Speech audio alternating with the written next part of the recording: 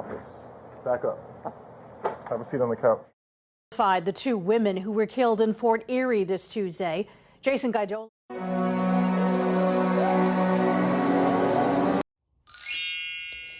Hello everyone, welcome back to my channel. This is a series that, to tell the truth, I don't know if it's something I'm going to be able to keep up with, but I'm going to call it Crime and Opinion. So I'll just be basically telling you about some stories that happen within my region of Brampton, Ontario, and, outside.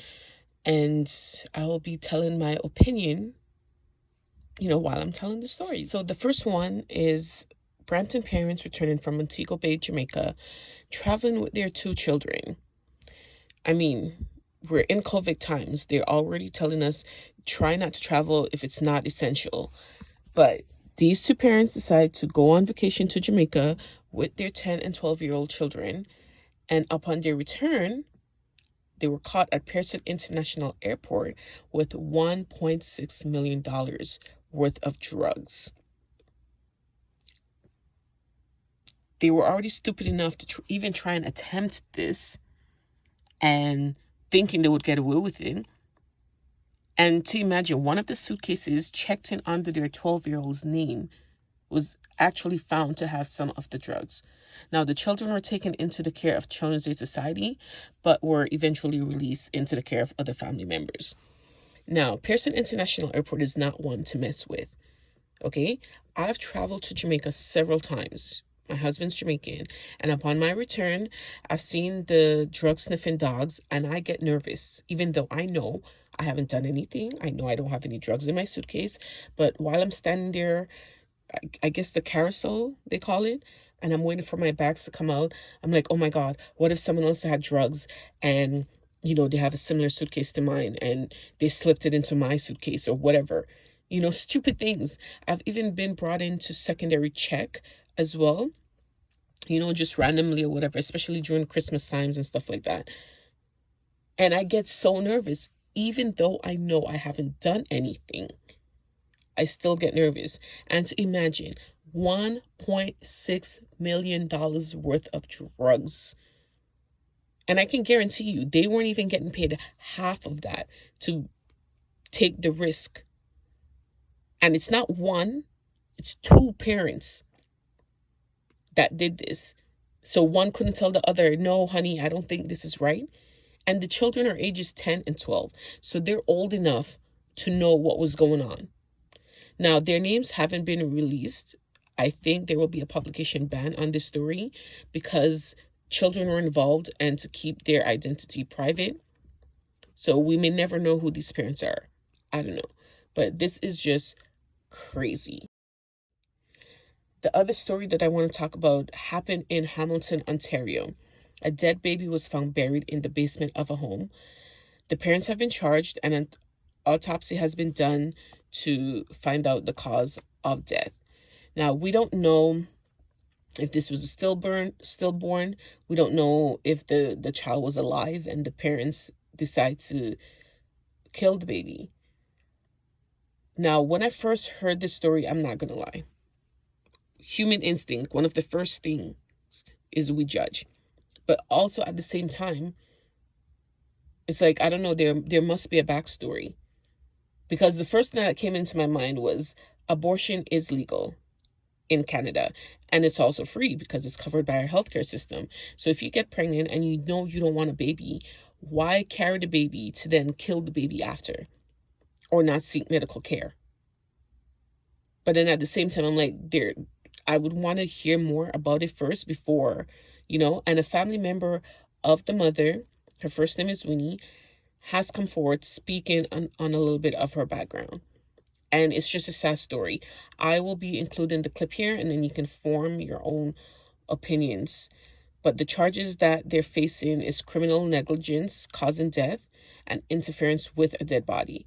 Depending on the cause of death, those charges will or might be upgraded. I don't think Winnie even knew she was pregnant. I'm going to bet money that she didn't know she was pregnant. And what I think happened is they got some of that crap and they were in the basement and they were all zoned out and she went into labor. Sexual abuse, mental health challenges, drug addiction, and years of homelessness. These are just some of the problems Janet Enser says her niece Winnie Enser has dealt with in what she calls a very difficult life.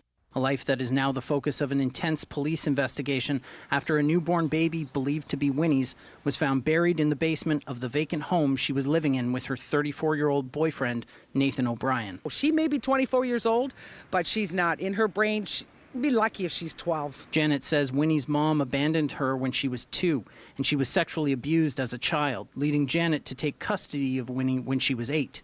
She says Winnie has a history of getting into trouble and says she has been living on the streets since she was 18. It's just chaos. The poor little girl has gone through so much crap. Janet says she's the closest family Winnie has. She's my girl. And while she hopes the baby was stillborn, she wrestles with the thought that the baby may have been alive and was killed in that basement on Wellington Street North. If I find out that I have to really think about if that baby was alive. That's a thought that terrifies me. And to think that Winnie would be even partial to anything like that, it is going to do some damage. I love her.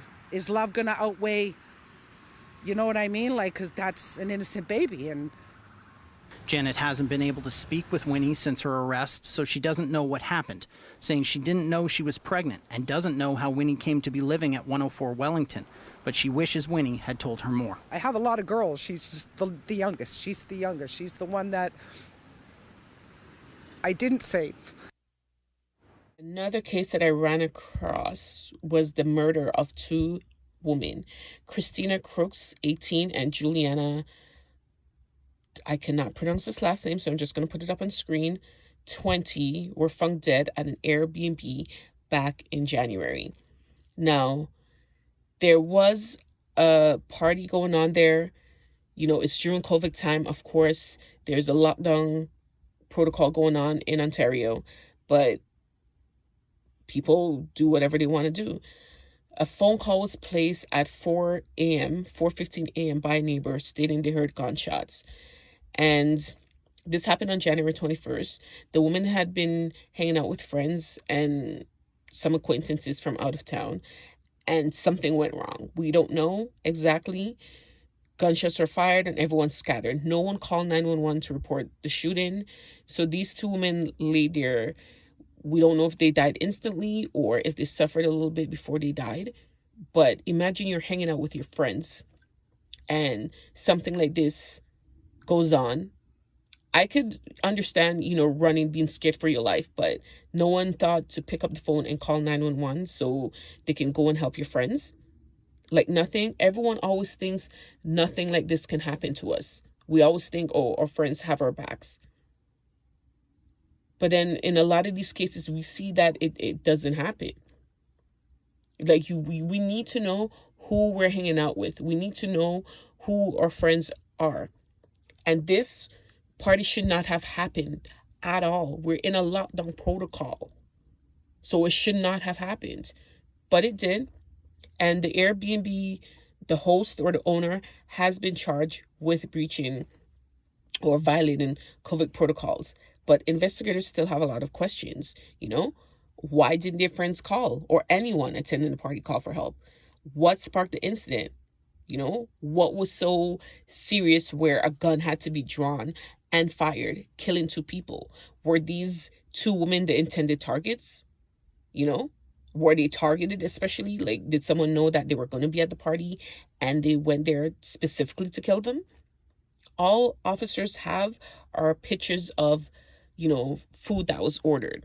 So right now they're investigating to see who ordered the food, sort of thing. I know a lake was searched, thinking, okay, maybe whoever did the killing, threw the gun in the lake or whatever. But investigators, no one, as far as we know, has come forward as yet.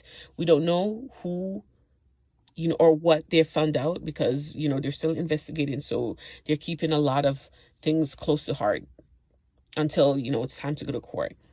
But this is just a sad story. 18 and 20 years old.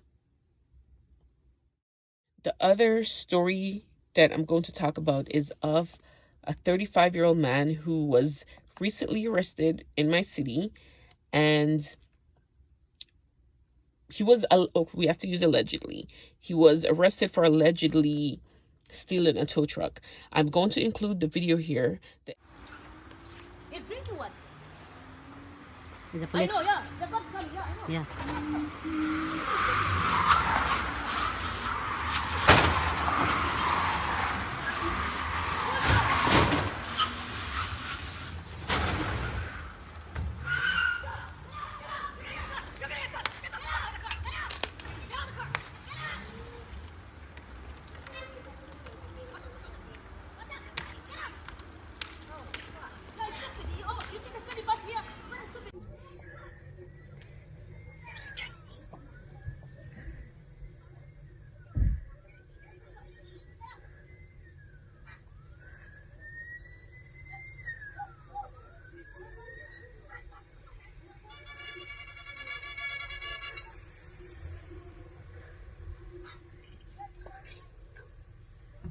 Take this.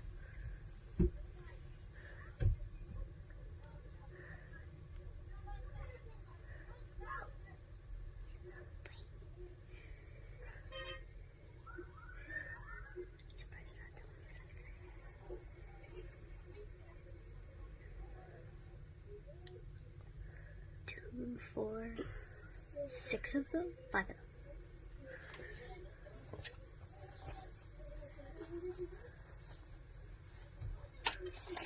Which the SIU stands for Special Investigations Unit, are investigating. And after viewing the video, you might understand why. We all know about police and police brutality and, always breaking protocols. Now, after viewing the video, I can definitely tell that there was brutality. And a lot of times police officers are upset because they make them chase you. But which criminal is just gonna, give up and say, yeah, arrest me, officer. I'm sorry for what I did. Arrest me. Some might do it, but not a lot. And you have to understand this going into the line of police work. So yes, they upset you and you want to take it out on them. But then when you're in that job, you have to learn how to deal with situations better. But watch the video and come to your own conclusions. Another case is of a 13-year-old. This happened in Florida. A 13-year-old went missing after school and was found in a motel room with a 22-year-old man she met online. Now, she had went to school that day, and after she didn't return home, her grandmother reported her missing. And investigators found out from a friend of the 13-year-old that she was planning to meet with a man she met online. So after reviewing surveillance tape from a dollar store that they suspect that she was picked up from, they were led to, I guess they went to the closest motel room or the closest motel in the area. And they showed a picture of the victim, asked if they'd seen her check in with anybody. And I'm going to include the clip here. I'm missing a juvenile left school and possibly was picked up by a guy here. I'm kind of wanting to get an idea of who he is, and What time am I going to look for? I'm looking at today from school gets out around 3:15ish, so I'm thinking 3 to 3:30. I mean, is that like a super recent picture though? She says she looks pretty much like this. It looks pretty close to her. All right, let's see if she's. I can see. Hold on, let me. If there's any other angles out there, we can get a better. Hello. Hey, so my name is Deputy James. I'm wondering if a juvenile and another person checked in here earlier today. Have you seen that? Her? No, she would have been here with an unknown, probably male.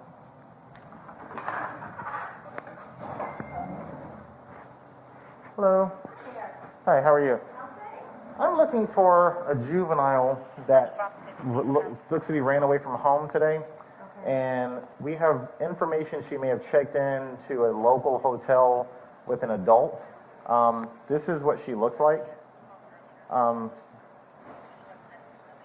Any check-ins today? Only one check-in before I came in. Investigating a runaway juvenile that supposedly checked into a local hotel today with an adult, most likely.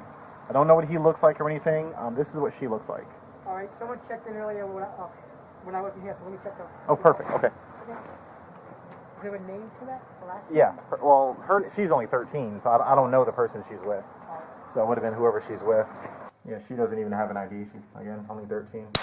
You know who is she an older person, or you have no idea? The person she's with? No clue. Well, check out this person that checked in today.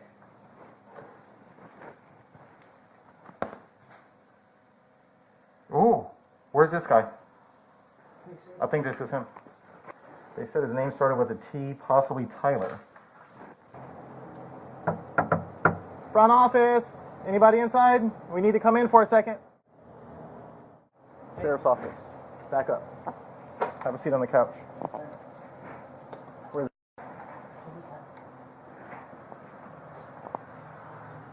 What's up, sweetheart? Sheriff's office. Get Pappy up here. Go in the bedroom and wait for me for a second. How old are you? How old are you?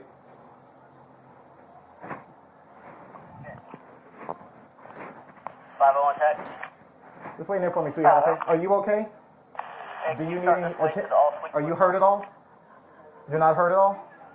Your stomach hurts? Okay, we're gonna be right with you, okay? 335. Yeah, you f***ed up. How old are you? If I ask you that question again, I'm gonna lose my f***ing mind. How old are you?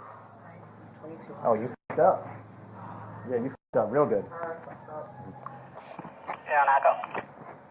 Yes, I am. I found him. How old is he? Too old. I'm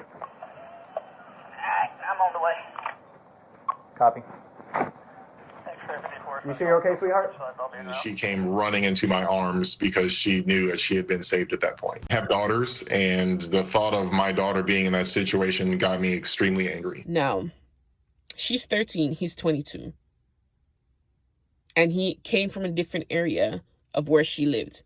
Now, at 22 years old, like, we've heard these stories a lot of times, and they frustrate me, to tell the truth. There are so many women out there that would be willing to be with you, but you still choose to lure a 13-year-old. These things are going to keep on happening because the laws are not in place to really protect. Because, yes, he was arrested, but he's already out on $15,000 bail. He's going to do it again. He's going to do it again. And the more he gets arrested, if he's caught again, they just get smarter. They get smarter. So, I don't know, man. These cases annoy the heck out of me. They really do. But these are the stories that I've decided to talk on this week. If you've made it to the end of the video, please like, comment, share, leave a comment. Let me know what you guys think. Have you heard about these stories? And going back on the murder of Christina and Juliana, if someone knows something, please speak up. Speak up. Put yourself in this family's shoes and imagine if it was you. Don't think that this can never happen. Because it could. Because it could. Don't wait until it reaches you to then, oh, I wish I knew this, I wish I knew that. Speak up. Speak up. And I'll see you guys in the next video.